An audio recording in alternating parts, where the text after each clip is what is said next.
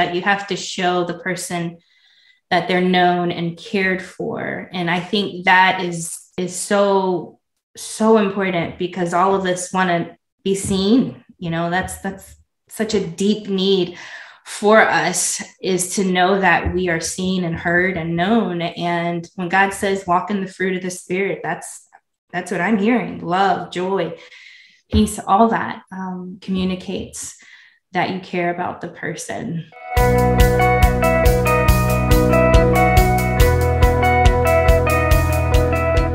Welcome to another episode of What to Say and How to Say It.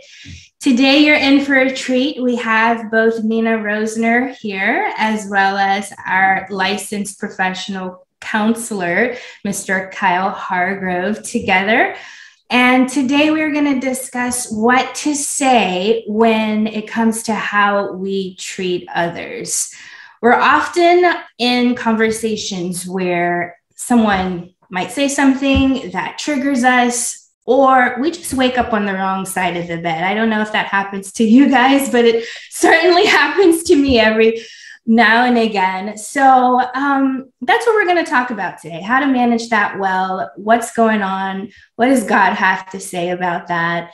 And maybe you'll come away with a few tips on how to show up better in your relationships.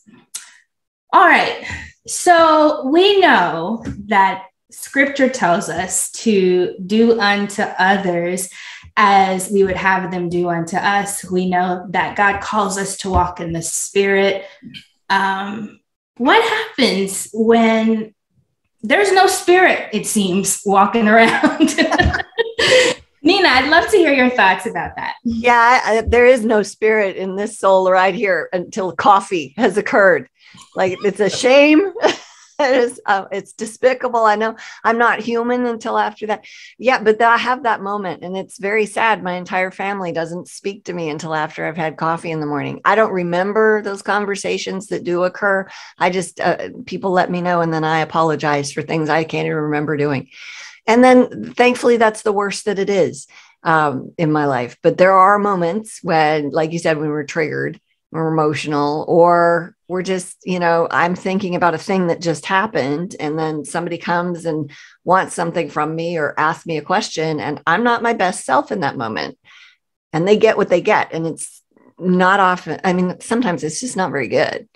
And so what am I doing or not doing in that? Well, it certainly is not walking in the Spirit. I'll tell you that. Not walking in the Spirit, or not walking with caffeine sounds like. Now, I will say the Spirit is way cooler than caffeine, for sure. Definitely. I wish that I was cool enough to be non-caffeinated, but I've tried, it doesn't work. I'm blaming it on creation. The Lord made this body with a deficient supply of something, and I'm replacing it with caffeine. It is a sin probably somewhere. I don't know, but it is what's working at the moment. Hey, we have to do what we have to do. How about you, Kyle? Do you have any of those moments where you're walking with caffeine or not? I'm still rewriting the scripture that you referred to because I thought it was do unto others before they do unto you. So I'm trying to get that right. I don't want to be acting with the wrong counsel. So. Go ahead. I think this is a real interesting topic. And the reason I do is because it's so unnatural. It so goes against the grain of being a human to even think about others, much less treat them in a specific way that we've given thought to before we do it. Yeah. From the moment we're hatched, there is one person and one person only on our mind, and it's us. Yeah. And that one way that we have of communicating initially, and that's crying or hollering out, it's all about me. I'm cold, I'm hot, I'm hungry, my pants are wet, my pants are dirty. I want to talk to somebody. I don't have to understand them. I just want to talk. But it's me. And the only way, frankly, I think we all know people who are probably our age who are still that way. But the only way we become any different from that is to have it modeled and taught to us. So to talk about thinking even thinking of treating others as well or better than we treat ourselves or than we want to be treated is just, it's just almost like, how am I ever going to do that? Because, I don't know how. It doesn't feel natural. It doesn't feel right. But I will tell you from my own experience, until you make a specific effort to change your life in that way, it will always feel unnatural. Mm-hmm. But when you make a specific effort to do that and to model the way that you treat others after the life and the character of Christ, then it gets more and more natural. It gets easier to do. I didn't say that it gets easy to be perfect, because that's not even in the equation. But treating people well and having a servant mind in not only what we do for people, but how we look at them and what we say to them. It's something that we have to learn and that we have to model ourselves after, and it has to be very intentional. Yeah. I like that word intentional, because that's exactly what I was thinking about. It's an effort, and I don't think that can be said enough about relationships. Is it requires work. They won't happen naturally. We all are made different. We think differently. We come from different homes, environments, triggers and traumas are all different. And so when we combine all that, it's likely to not go well if we're not intentional. So I love that. Before we move on, I want to also remind our listeners that our focus in this podcast is for that Christian couple who have been to the therapist, read the books, been to the workshops, and they are still stuck in this dynamic, the same cycle of conflict. And we have a free e-booklet. If you're interested, go to our website, greaterimpact.org, download that in your free time, and take a look at some of the other goodies we also have to offer. Okay, back to the conversation. So speaking of intentional, what we want to walk away with today is having our listeners understand what that looks like. How do we walk in the Spirit? How do we treat others with the character of Christ, listening to what they need? I know, Kyle, you talk a lot about that. The difference between hearing versus listening to understand versus listening to respond. Can you talk to us a little bit about what that looks like, what to say when, that's not actually happening and people are just talking at each other? Is there something we can say to help enforce that and be intentional? I think there is. And let me go back first and just delineate the difference. If you want to just look at a definitional difference, mm-hmm. because a lot of people get stuck and are kind of caught up in the difference, or is there a difference between hearing and listening? And there actually is. Hearing is a physiological reaction that our body has to sound, and to things that create the vibration that causes the sound and the brrr on the eardrums. I don't know all the science behind it. I mean, I kind of do, but obviously not well. But listening is an intentional effort that has to be started in our brain.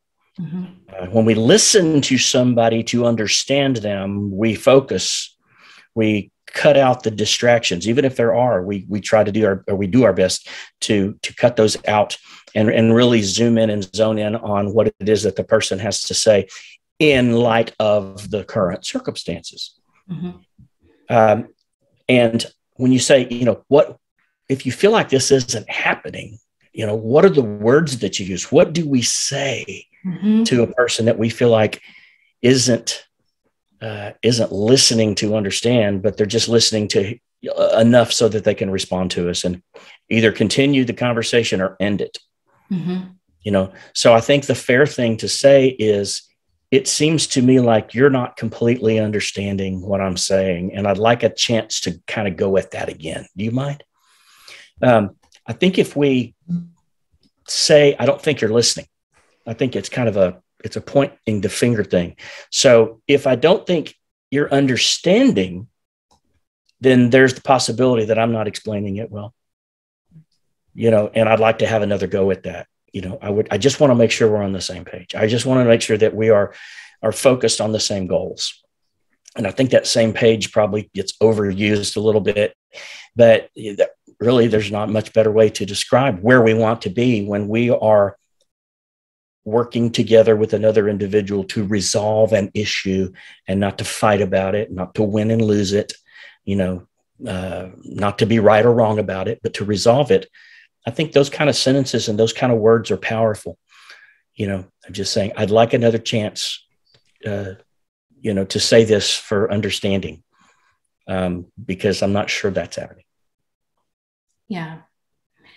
Yeah. And hopefully you'll get that chance. And in that moment, I know it's sometimes difficult when we're flooded or triggered and there's a lot being said, but if you're able to get yourself to that place, it can open up a world of opportunities. Nina, I know that you always talk about how to show up well when we're triggered. Is there any tips that you have in terms of being intentional in a moment like that, where there's not a lot of listening happening? Anything can be said in addition to what Kyle just offered? Yeah. So I like what Kyle is offering up in that space. And, in a beautiful situation where maybe I'm not triggered yet, but I see you are, sweetheart. It might be a thing where I set down my agenda or, my desire to be heard, listened to, whatever. And I go, okay, so something just happened. What's going on with you right now? Can we talk about that? And I want to know what that is, because if I don't pay attention to it, if I just keep pushing ahead with my thing that I'm trying, it's not going to get heard anyway, because I just tipped over that person, not me, but something in them tipped over by words that I said that triggered them. And so now they're flooded or they're upset. Well, I can deflate that really fast if I deal with it early. If I say, hey, what's going on with you right now? Did I hurt your feelings? Have I said something that, what's going on? And I want to listen to that. I want to validate it. I want to make sure they feel heard and understood. And then I want to say, okay, so do you feel like I get it? And then if I've done it right, if I've done it well, and I've done it in a way that's, caring for this person versus mechanical tool steps, then they're going to go, yeah, you do. And you get it. Thank you. And I'm like, okay, so it still really matters to me that this thing that I wanted to share with you gets listened to and understood. Your opinion and your thoughts and your understanding me in this space really, really matters to me. I want to be known by you. Can we try that again? Can I start giving you this again now that we got that out of the way, knowing that, that's not my heart to have done all that or whatever, you fix whatever potentially you broke. Like if you insulted them, you apologize for that. Right. And then you try again. Right. Yeah. And hopefully you can get somewhere with that. Another thing that I like to say too is, I'm not sure I'm being clear around this. Do you mind telling me what you think I heard or what you think you heard? Just so I can make sure I'm being clear. So I'm trying to own my clarity versus, like Kyle was saying, you're not listening. You don't understand. And even if that's true, it isn't a useful add to the conversation. And I will admit to have, I've done both of those. So it's a thing. Yeah. So try not to, though. It doesn't help at all. Yeah. Did you have anything to add, Kyle? It looks like you might have something. Yeah, that sums it well. I think taking accountability and a responsibility, at least in the words, is, it softens the situation. Nobody wants to be accused of being present or not. Mm-hmm. And so that might be a way of drawing the person in, without being accusatory. And so I like the opportunity of, circling back around, having a second chance. And if I set that up myself, I think that, can keep things on a baseline level without emotions getting out of control. Mm-hmm.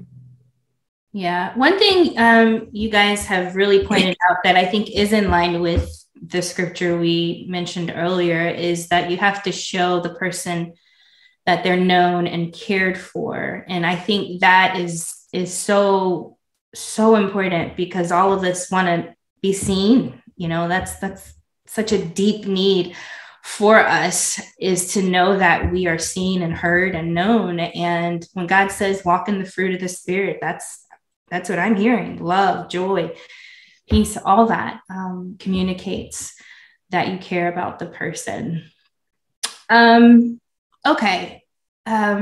I don't know, Kyle, I know you had a story around one of your clients where you had that opportunity to show up with the fruit of the Spirit. Would you like to share that with us? Well, there've been a few times, where long after therapy has ended, maybe even years, where I come back in contact with an individual that I was able to have the privilege to sit with those many years ago. And there's one particular that comes to mind who is he's a pastor in New York, and he was once a teenager in Texas, and came to me with his family. They kind of made him out to be the identified patient. The family were doing their best, but it was all turning on him. And so one day he kind of came out in that situation by saying, well, it looks like this is all up to me anyway. It looks like this is all on me. Why don't y'all just stay home next week and I'll just come to counseling? And I just asked him, I said, would you like that? And he said, yeah, I'd like that. I said, well, let's do that then. So we did. And I was so frustrated for 2 or 3 weeks, because he would come by himself and then he would say absolutely nothing. And so I just began trying to build a one-sided relationship with the teenager and treat him as though he was participating, even though he wasn't, because I'm sure that he was hearing plenty of the other kind of treatment at home. Ultimately, he did come around and participate reasonably well at a point. And then therapy ended. I don't remember why or how or exactly when. And it had to have been 10 years later that I went to church one day, and it was a church I had not been to. I was visiting with friends, and as soon as church was over and the worship team finished the last note of the last song, the guy standing in the middle of the stage with the guitar put his guitar down, jumped off the stage, ran up to me, grabbed me by the shoulders and said, "Do you remember me?" And I said, "No, but I'm working on it." He told me his name, and when he did, I was going, "Certainly not where I expected to see you and meet you again in the future." And he said, "I still have the manual. You custom made a manual for me about dealing with my anger, and I still have it, and I still look at it." And he says, "But the only reason I ever looked at it to begin with," he says, "was because you treated me well." He said, "You treated me with dignity and respect, even though I was wrong and you knew it." And he said, "I just wanted to tell you how much I appreciate that. And I wanted to tell you how much I try to institute that kind of thought into how I treat other people." And I thought, wow, I thought I was just tolerating the kid. I thought we were just getting through the session to get to the next one, hoping that there'd be a breakthrough of some sort in some way, and wasn't really sure when it ended that breakthrough had occurred. Yeah. But what I learned from that is that it was important for me to be consistent with how I treated him with respect, regardless of the fact that he wasn't an adult, and I was, and his parents were, and everybody was mad at him. Mm-hmm. But to give him the opportunity to be treated with respect and dignity and hear him, really listen to what he was having to say and why he was angry. Mm-hmm. And, and then thinking, well, it may or may not have worked. I'll never know. To have it come back in that way was just an incredibly special moment, and those are the kind of moments we never forget them. That's for sure. But I think that's the whole moral, if you will, of this kind of a relationship, is that it doesn't matter what your credentials are. It doesn't matter the letters behind your name, how many years you've been doing something. Most people won't remember those things. but they will always, always, always remember how you treated them. And that's one of the reasons we really need to give such a special effort to making sure that in our countenance, in the words that we say, and that our actions back up the words that we say in our countenance, that we show people that they're worthy of being treated with respect. We want to hear them. We want to understand them. It matters. It makes a difference. Can I add something to this? Sure. Your story is so beautiful, and it made me think of something that happened to me when I was 10. I didn't do anything right in this situation. There was no Holy Spirit. I wasn't a church following family member anyway, right? We didn't do that. But I lost my ever-loving mind as a 10-year-old all over this other 10-year-old who had been staying with us for a week. And her aunt was there to pick her up and take her back to the ranch. And my dad was home from work and my mom was there. And all this little girl did was say that she'd taught my dog a trick that she had not taught my dog a trick. She hadn't taught him this. Oh my word. I got triggered so bad because I'd been nice to this girl all week and she was using my stuff. And I was an only child. Like didn't have these social skills required to room with somebody for a week. And I lost it. I screamed at this girl. I just blew up at her. I don't even remember what I said, but it was a lot of you this, you that, you think you're blah, blah, all of that. And I ended up in tears, sobbing, and I ran in the house. Like I was terrified of myself at that moment. And I'd never done anything like this before, but I had lost it. And my dad came in. And I'm in bed and I'm just shivering and shaking and sobbing and I'm a mess. And he puts his hands on my shoulder. He says, "Come here."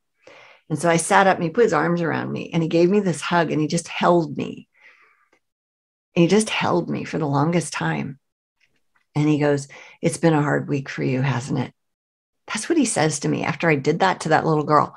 "It's been a hard week for you, hasn't it?" Mm. And I cried even harder then, right? But I've never felt so loved, so accepted, so enveloped in comfort and safety in my entire life, except that moment. When I think of who Jesus is, that moment, that's it right there. That 4 minutes, 10 minutes, whatever it was with my dad. And when I was actually working with a couple this morning and I asked them, and I know Kyle, you asked this question too. When's the time when you felt the most accepted, with undeserved grace? Yeah. And, everybody's got a story like that. Maybe it's a smaller one, they had it. And I said, and that's what your spouse needs from you. That's Jesus loving through you to that person. And for me, I didn't even know the Lord then. But boy, when I think of the Lord and how he loves us, I think of my dad in that moment. And don't we want to be that for the spouse that, is a hot mess, right? And most of the time we think it's about us because they're using you words. No, none of that was about that little girl. She was just being herself. And I was not used to having to share space. So immaturity ruled the day, right? But so when we can recognize that there's something underneath all these things, and we can look at our own moments where we've received undeserved grace. And, there's nothing like knowing that while we were but sinners, still sinners, he gave his son for us. That's undeserved grace. And that's the way we're supposed to walk through this life and love other people. That's a powerful thing. I pray that everybody has something like that and that everyone can be that for someone else. Yeah. Wow. Such great examples of how to show up in really, really difficult situations. And what I'm hearing from both of you is that sometimes you don't reap the harvest until much later. That story is still with you, Nina. Mm-hmm. And the young man remembered you, Kyle, after 10 years. That tells me so much that even in the conflict, when there is no resolve, or it seems like you're just beating a dead horse and nothing's happening. That stuff really does penetrate. And, you know, it may not be tomorrow, it may not be next week, but, you know, God always plants seeds, you know, if we're open to receive them. So thank you for those examples. Okay, so question. I've heard a lot of great examples, a lot of scripture, a lot of, okay, be consistent, you know, show up well, love, have compassion, think of the other person. Yeah, what if, you know, there's blindness involved? What if, you know, you're so focused on being right and you can't get there? What are some steps we can take? What are some things we can do? Maybe some call to action tips that we have for our listeners. Either one of you, feel free. I like to check up from the neck up. You know, just to ask questions of myself, you know, because it's easy to fall into this thing of, you know, I'm treating you good and you don't even deserve it. And, you know, I treat you better than such and such is always kind and respectful to me, but you're not. And blah, blah, blah, blah, blah, blah, blah, blah, blah, blah, blah, blah, blah. And the back to the, you know, blah, blah, blah, for that matter. The fact of the matter is, you know, I'm just being focused on how good I am and how right I am. Yeah. Now this and how that I am. And I'm not being focused on the actual character of Christ that I want to exude. And it happens. It happens. I can get, you know, all bogged down in my own stuff and get, you know, into a pity party and feel like, well, everything I do is a sacrifice and I do it anyway, but nobody does anything for me, you know, and it's not, I can't say it's difficult to find myself there because it seems to have happened a few times over the period of my life. But I think the self-checks are really, really important and say, you know, where am I really coming from? Mm-hmm. Am I coming from a place that just wants things to look right? Mm. And, you know, the outside package is all nice and pretty and looks good. And everybody's going to say, ooh, that is so nice. Or am I coming from the inside where maybe it's really ugly? Yeah. But it's genuine. And it comes with humility and it comes with the desire to resolve so things aren't so ugly in the near and, you know, the future and times to come. Mm-hmm. But, you know, if I'm coming at it from the standpoint of I'm right and you're wrong, nothing's going to get done. It's only going to probably create a bigger, greater divisiveness than already exists. So that humility piece is pretty big. I got to ask myself some hard questions sometimes. Yeah. Yeah, I think about the 4 horsemen, and I don't know them off the top of my head. I know, Nina, you keep this in your head, but a lot of times we get stuck in that and we end up in a really bad place. And those are the 4 predictors, the 4 horsemen of the apocalypse in terms of communication. They're the greatest predictors of divorce. Is that right? Yeah, so that's research by Dr. John Gottman out of University of Washington. And so when these things are present in a relationship, they predict the demise of the relationship. They are contempt, which is, I think, very lowly of you, and that comes out in my communication. And so I'm communicating with disdain. I'm like, really, you know, very disrespectful. Criticism, I find a problem with most of what you do, and not only what you do, but your character as a human on the planet. Yeah. Let me just point out everything you've done wrong, like consistently.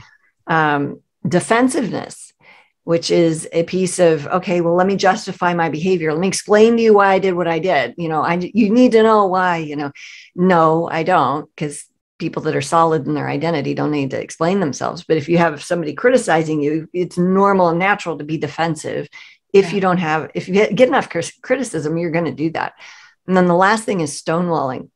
Stonewalling is typically done by men initially because of flooding, and they don't know what to do with that emotion. So they leave. And I think it's a protective move, but then nobody comes back to the conversation. Mm-hmm. And so you have this flooding of emotion, and then nothing happens with it later. It's just left hanging. And this is another thing that happens.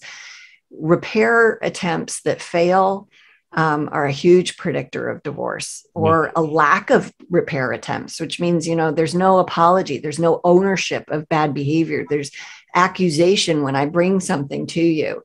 Those are the things, along with the 4 horsemen, and then the harsh startup. If you want to have a conversation with me about how I parked my car in the driveway, if you start off with, hey, can we talk about the driveway and how we do our cars? That's going to be met with a lot more receptivity than, are you kidding me? Who taught you to park? Like, for real? Did our 12-year-old teach you this? Do you not have a brain? I mean, like, if you start conversations like that, you're predicting divorce for yourself. Yeah. Those things, data is there. We're setting ourselves up to fail. And if we're seeing it in our relationship, if we're contributing to it, we have to stop, because those are the things that kill a marriage. Okay. Agreed. Thank you for that. So in order to avoid that, we want to make sure we are checking ourselves, like Kyle just explained. Make sure that you're really looking within and asking yourself, am I showing up well? Am I being humble? Another thing we suggest is that we check our motives. A lot of times, if you've been doing this a little while, this whole Christian thing, you know what to do on the outside, but your heart isn't right. There's a disconnect. And so sometimes it's important that we check our motives and that we're not expecting something in return for what we're giving. So that love and that compassion and that kindness, are we expecting, a nice meal later, or, whatever the case may be. Make sure you check your motive. And then one thing you guys mentioned in another podcast that I love, I think it was you, Kyle, you said sometimes it's wise to ask a friend for feedback, which is very hard to do. You have to be in a place of humility to even consider that. And then also open to not hearing what you want to hear. Why is that important? Well, I think the first thing to do is determine which one of your friends you ask. Oh, yeah, that's because true. I'm going to tell you, we all got a friend who's going to tell us what we want to hear, and we know it. Yeah. Okay. So be honest with yourself about who you ask.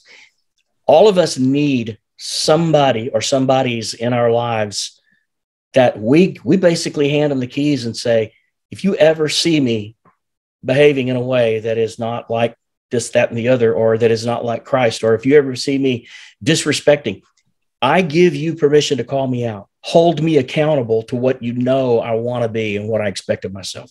So that's the kind of friend we need to be looking for. And if you don't have that kind of friend, I really suggest that you get one. They're not necessarily easy to come by because it has so much to do with about how transparent and how self-aware you're willing to be. Yeah. But I think that asking the question probably already tells you a little bit about the answer that you already know.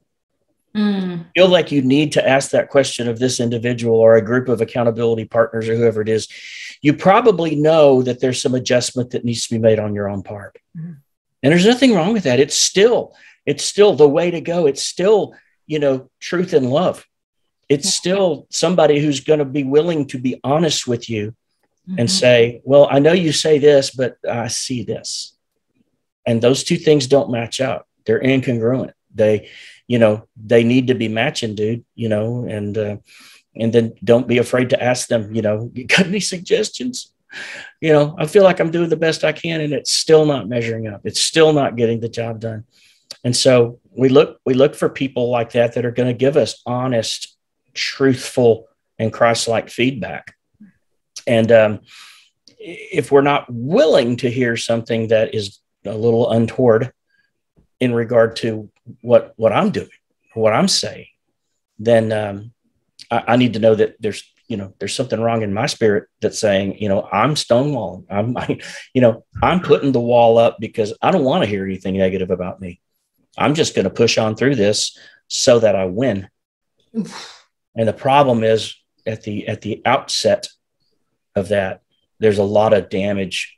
There's a blast radius, along the ground that is damaged and maybe even dead relationships as a result. Ouch. Well, yeah, I mean, this is serious stuff. And, there's solutions if we want them. But I think what I'm hearing is the key is we have to have a desire to resolve, to repair, to do the work in order for this to go well. Well, any last thoughts you guys want to share before we wrap up? No? I would like to say to our listeners that there is absolute hope in this space. Kyle and I both do a ton of work with people that are struggling in, these areas in their marriage. And, okay, so you got nailed today by the horseman or your harsh startup or whatever, like for real, that's okay. Like there's nothing down here happening to us that isn't common to man. God's not surprised. And you don't have to stay in that space. So, keep listening, keep looking, and, check us out, come find us. We have options that we know work. We watch miracles unfold every single day in the work that we do. Absolutely. So don't think that, okay, Kyle and I have doomed your relationships today. I don't want you walking away without hope, because there is. There are now 6 horsemen of the apocalypse. Yeah. Or 7. Yeah, I can't count very well. Yeah, doesn't she like horses? Isn't she a horse person? Him too, with his daughter. Okay, now, no. There's lots of hope. So just want people to know that this is definitely solvable. You don't have to stay where you're at. And God doesn't want you to stay there either. There's hope. Amen. Thank you for that. And thank you both for your time today. If you want to learn more, check out our website, as I said earlier, greaterimpact.org, or check out the episodes we have on our channel. There's more good topics to discuss. All right. Thanks for joining.